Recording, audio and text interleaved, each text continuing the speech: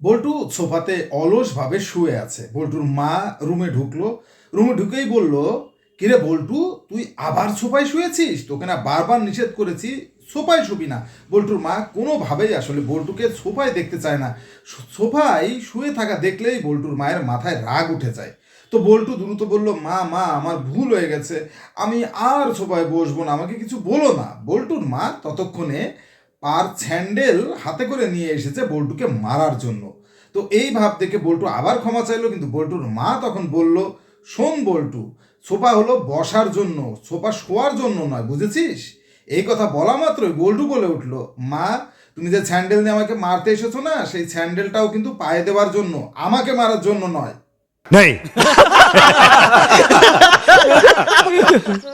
তো শিক্ষক বল্টুকে বলল, বল্টু তুমি কিন্তু বেশি কথা বলছো। তো বল্টু তৎক্ষণাৎ বলে ফেললো, স্যার এটা আমার কোনো দোষ নয়, এটা কিন্তু আমাদের ঐতিহ্য, পারিবারিক ঐতিহ্য। এ কথা শুনে স্যার বলল, কি বলিস পারিবারিক ঐতিহ্য মানে? তখন বল্টু বলল, স্যার আমার দাদা ছিলেন ফেরিওয়ালা, আমার বাবা হলো শিক্ষক, আর আমার বড় ভাই তিনি কিন্তু রাজনীতি করেন। বল্টুর বাবা সারাদিন পরিশ্রম করার পর বাসায় ঢুকে বল্টুর মায়ের কোনো আওয়াজ পায় না, কারণ প্রত্যেক দিনই বল্টুর মা বল্টুর বাবা বাসায় ঢোকার পর যে কোনো বিষয় নিয়েই বাড়ি মাথায় তুলে ফেলে। তো নিরিবিলি ভাব দেখে বল্টুকে বল্টুর বাবা বলল, কিরে বল্টু, তোর মাঝে আজকে কোনো চিৎকার চেঁচামেচি নেই, একেবারেই চুপচাপ, কি ব্যাপারটা কি রে, বাইরে টেরে গেছে নাকি? তখন বল্টু বলল, না বাবা, এর জন্য আসলে আমিই দায়ী। তো বল্টুর বাবা অবাক হয়ে বলল, কেন, তুই কি করেছিস? তখন বল্টু বলল, মা চেয়েছিল আমার কাছে লিপস্টিক, আর আমি তাকে দিয়ে দিয়েছি গ্লু স্টিক। এ কথা শোনার পর বল্টুর বাবা বলল, আল্লাহ তোর মঙ্গল করুন রে বল্টু। वाह क्या सीन है, वाह क्या सीन है। তো বল্টু 2 টনের এসি কিনেছে। 2 টনের এসি কেনার পর তার মনটা খুবই খারাপ, সে পাড়ার মহল্লার দোকানে গিয়ে মন খারাপ করে বসে আছে। তো তার বন্ধুরা চলে আসলো, এর ভেতরে এক বন্ধু বলল, কিরে বল্টু, তোর মন খারাপ কেন? তো বল্টু বলল, আর বলিস না, দুনিয়ায় বিশ্বাস বলে আর কিছু নেই। তো অবাক হয়ে বল্টুর বন্ধু বলল, কেন, কি হয়েছে, কি বলতো খুলে? তখন বল্টু বলল, দেখ গতকাল গিয়ে 2 টনের এসি নিয়ে আসলাম বাজার থেকে, এরপর বাসায় এনে যেই ওজন দিয়েছি দেখি 35 কেজি।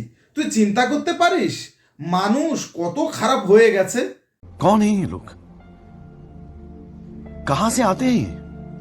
বল্টুর বাবা বল্টুকে বলল, বল্টু তুমি তো ক্লাস 7-এ উঠে গেলে, এখন কেমন লাগছে ক্লাস 7-এ উঠে? বল্টু তৎক্ষণাৎ জবাব, একদম ভালো না বাবা, পচা লাগছে। তো বল্টুর বাবা বলল, কেন, ক্লাস 7-এই তো আমার জীবনের সেরা 3টে বছর আমি কাটিয়েছি। समझ रहे हो आप, समझ रहे हो? ঘুষের দায়ে বল্টুর বাবার চাকরিটা চলে গেল।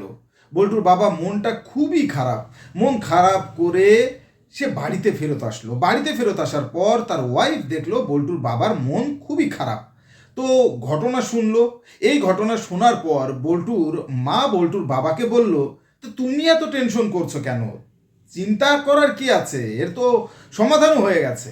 তো তখন বল্টুর বাবা আবার বলল, কেন, কি সমাধান হয়েছে? তখন বল্টুর মা বলল, আরে বাবা এত টেনশন করতেছো কেন, প্রত্যেক মাসে তো আমরা তোমার বেতনের টাকাতেই চলতাম, এখন থেকে না হয় তোমার ঘুষের টাকাতেই চলবো। मारो मुझे, मारो मारो मुझे, मारो मारो। नहीं ये मजाक हो रहा है, एक सेकंड यार, मजाक हो रहा है।